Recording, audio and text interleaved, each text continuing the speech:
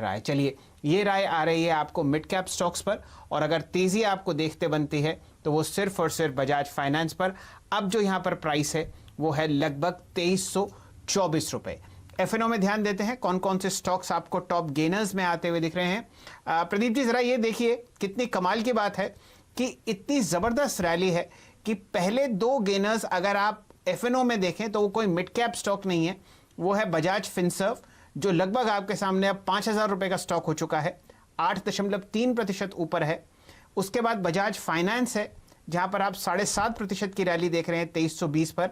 साथ ही साथ कोटक महिंद्रा बैंक आपको 7% ऊपर दिखेगा 1329 पर। और उसके बाद अनेक ऐसे स्टॉक्स हैं जहां पर आप बहुत अच्छी रैली आते हुए देख रहे हैं। तो बहुत ही ब्रॉड बेस्ड आपको फिलहाल मूवमेंट आता हुआ दिखेगा ऊपर की तरफ।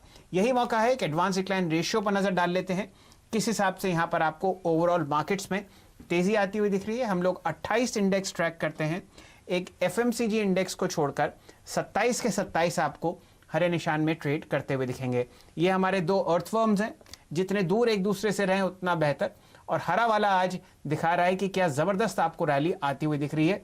ऑलमोस्ट ब्रॉडर मार्केट में आपको 3:1 का रेशियो आता हुआ दिखेगा। और अगर आप एफएनओ में देखें तो ये रेशियो लगभग वही 3.5, यानी कि 7 शेयर बढ़ने वाले हैं जिनके सामने सिर्फ 2 गिरने वाले शेयर हैं। प्रदीप जी। बिल्कुल, तो बाजार का मूड काफी शानदार। और देखिए, इस वक्त आईटीआई आपको दिन के हाइस पे 91 पे दिख रहा है। साथ ही साथ आईएफबी पे शर्मिला जी ने जो कॉल दी है उसके बाद ये भी अपना 10% का सर्किट लगाने की कोशिश में दिखाई दे रहा है। उस कॉल के बाद 2% की तेजी आईएफबी इंडस्ट्रीज में और बनती हुई नजर आ रही है। अगला तेज मूव जो मुझे अब दिखाई दे रहा है वो है जैकॉब पे। इस पे एक नजर डालनी चाहिए। वॉल्यूम भी काफी अच्छे हैं, करीब 3 गुने से ज्यादा होते हुए वॉल्यूम अब आपको यहां पर नजर आएंगे। श्रीकांत, जैकॉब के चार्ट पे नजर डालिए, क्या टारगेट है? वैसे अगर पूरे रियल एस्टेट में अगर तेज़ी बनी है तो जैकॉब में भी तेज़ी बनती है हमेशा। बट इसकी इस बार की ब्यूटी ये है कि इसमें काफ़ी अच्छा एक बुलिश कंटिन्यूएशन फ्लैग फॉर्मेशन बना है और उसके अपवर्ड लेवल को इसने ब्रेक किया है, जबकि मार्केट ने भी अपने एक इम्पॉर्टेंट रेजिस्टेंस को क्रॉस किया है। तो यहाँ से मुझे लगता है कि जैकॉब में भी एक बार 83 या 84 के लेवल्स आने वाले कुछ दिनों में दिखाई दे सकते हैं।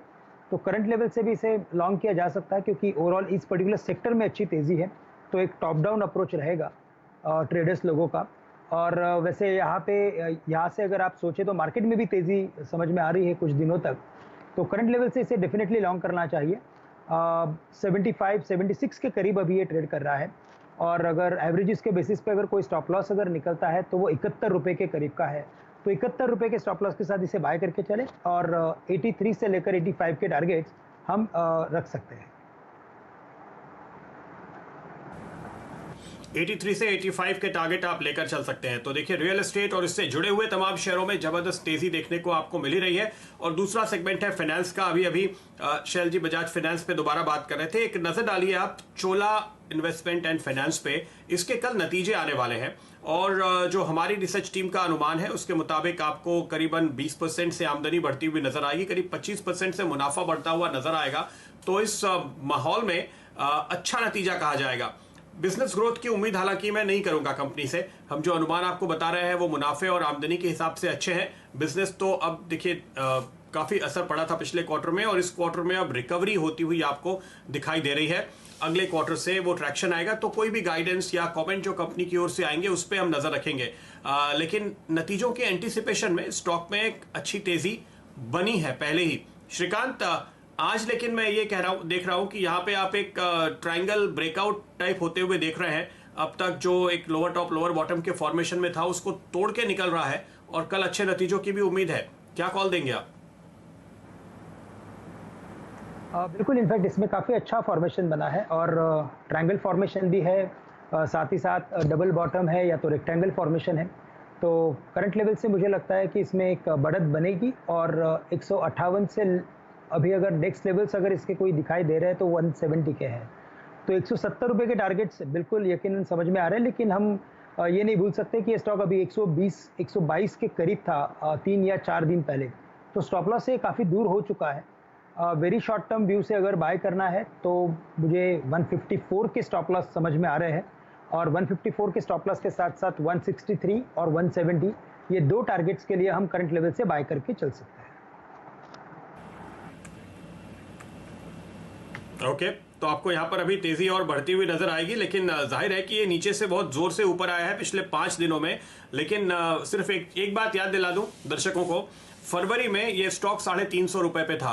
तो अगर आप 5 दिन में इतनी जबरदस्त तेजी किसी स्टॉक पे देखते हैं तो उसकी वजह यही है कि आपने गिरावट भी उतनी ही बड़ी देखी थी। और ये भी मत भूलिएगा कि पिछले सिर्फ 5 दिनों के अंदर निफ्टी का अगर आप मूवमेंट देखते हैं तो वो भी कुछ ऐसा ही जबरदस्त रहा है, और आपने 9,000 से 10,000 का सफर बहुत तेजी के साथ मुश्किल से 2 हफ्तों के अंदर या 6 या 7 सेशन के अंदर तय किया है। 5वां दिन है आज लगातार तेजी का बाजार में, और इसलिए आपको तमाम शेयरों में इस तरह की मूव देखने को मिल रहे हैं। और ये एक बहुत ही जेन्युइन बात है जो श्रीकांत कह रहे हैं। वो सारे ट्रेडर्स एनालिस्ट जो एक सिस्टम के साथ ट्रेड करते हैं, रिस्क रिवॉर्ड रेशियो पढ़ के ट्रेड करते हैं, उनके लिए इस समय एक अच्छा स्टॉप लॉस का लेवल ढूंढना नए ट्रेड में वाकई मुश्किल है, क्योंकि स्टॉक बहुत तेजी से भागे हैं। अगले स्टॉक पे नजर डालते हैं इसी सेगमेंट से, वो है बंधन बैंक। और ये स्टॉक भी काफी ज्यादा नेगेटिव सेंटिमेंट्स की चपेट में था, काफी पिटाई यहां पर होती हुई नजर आई थी, और आपको एक शार्प रिकवरी भी देखने को मिल रही है।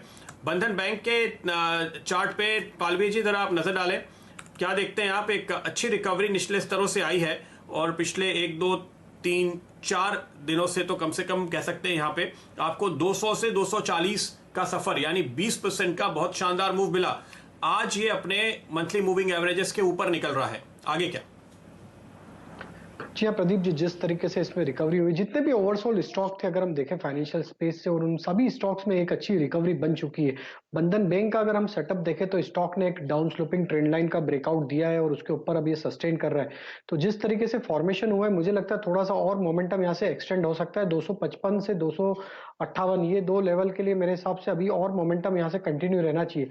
तो करंट लेवल से यहाँ से जिन्होंने भी लोअर साइड पे पोजीशन ली, उनके लिए भी ट्रेलिंग स्टॉप लॉस जो रहेगा अब वो यहाँ से 236 का रहेगा। फ्रेश पोजीशन भी 236 के स्टॉप लॉस से ली जा सकती है।